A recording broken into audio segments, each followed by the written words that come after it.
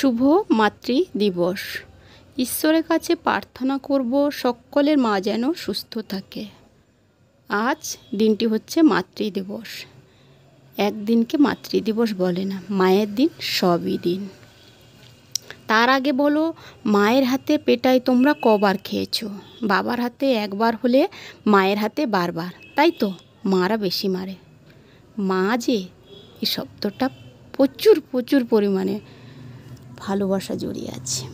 মা ছাড়া আমরা পৃথিবীতে আসতাম না। ইনি হচ্ছেন আমার মা জননী। এ পৃথিবীতে আর নেই, শ্রীকৃষ্ণের কাছে চলে গেছে। এই যে ইনি মায়ের মা, মানে আমার দিদা। আমার মা না তার মাকে খুব ভালোবাসতো। যেই শুনেছে আমার দিদা খুব অসুস্থ, তিনি ধরিত্রী বুক ছেড়ে চলে গেছে। আর আমার দিদা ভক্তিপথে সবসময় থাকে, ছোটোবেলা থেকে। দেখেছো ঠাকুরের কাছে বসে আছে। ওর জীবনে যা যা ঘটেছে না, তোমরা শুনলে অবাক হবে।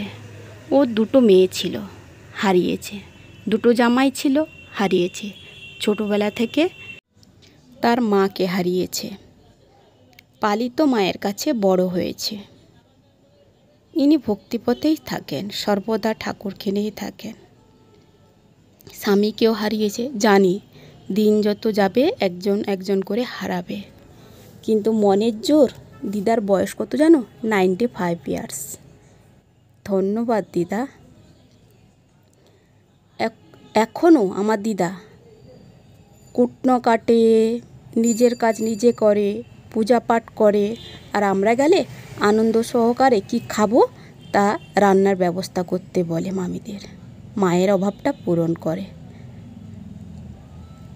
এখনকার যুব সমাজ একটু না হতে কিছু না হতে ভেঙে পড়ে আর বলে, দুদিন পৃথিবীতে এসছি, বেঁচে থেকে লাভ কি, এনজয় করে নি। এনজয় মানে অধিক মাত্রা এনজয়। এই যে বলে না বারবার বেঁচে থাকবো, সত্যি তাদের মৃত্যু ঘনিয়ে আসছে। আগেকার মানুষ বাঁচত কেন জানো? তাদের মনের জোর বেশি। তারা আমাদের থেকেও কষ্টে থাকতো, তবু বেঁচে থাকতো। বেঁচের জন্য লড়াই করতো। জীবনে লড়াই করতে শিখতে হয়। এই যে তুলসী গাছ দেখছো, এটা আমার দিদা পুজো করতো। দিদা এখন আর পারে না, অসুস্থ, মামিরা করে।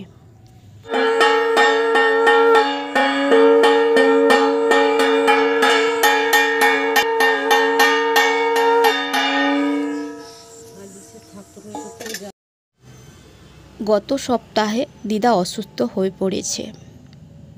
তার আবার দ্বিতীয়বার স্ট্রোক হয়েছে। এক সাইড পড়ে গেছে, প্যারালাইজ হয়ে গেছে। তো মেসেজ করলে ডাক্তাররা বলছে ভালো হয়ে যাবে। তার মনের জোর বেশি যে আমার দিদাকে সুস্থ হতেই হবে, তোমাকে 100 ক্রস করতেই হবে, সেঞ্চুরি করে তুমি তারপর পৃথিবী ছাড়বে দিদা। আজ মাতৃদিবসে আমি ঈশ্বরের কাছে এই প্রার্থনা করি, তুমি সুস্থ হয়ে ওঠো। তুমি সুস্থ থাকলে আমার মায়েরও আত্মা সন্তুষ্ট থাকবে। আমার মা বারবার তার মায়ের কথা বলতো। মরার আগেও তার মা যে হারে চিৎকার করতো, দিদা তুমি আশীর্বাদ করলে আমার মাও আমাকে আশীর্বাদ করবে। তোমার মধ্যেই আমার মা লুকিয়ে আছে। তাই তাড়াতাড়ি সুস্থ হয়ে নিজের কাজে লেগে যাও। আর মা যেখানে থাকো ভালো থাকো। আমি আর আমার মা।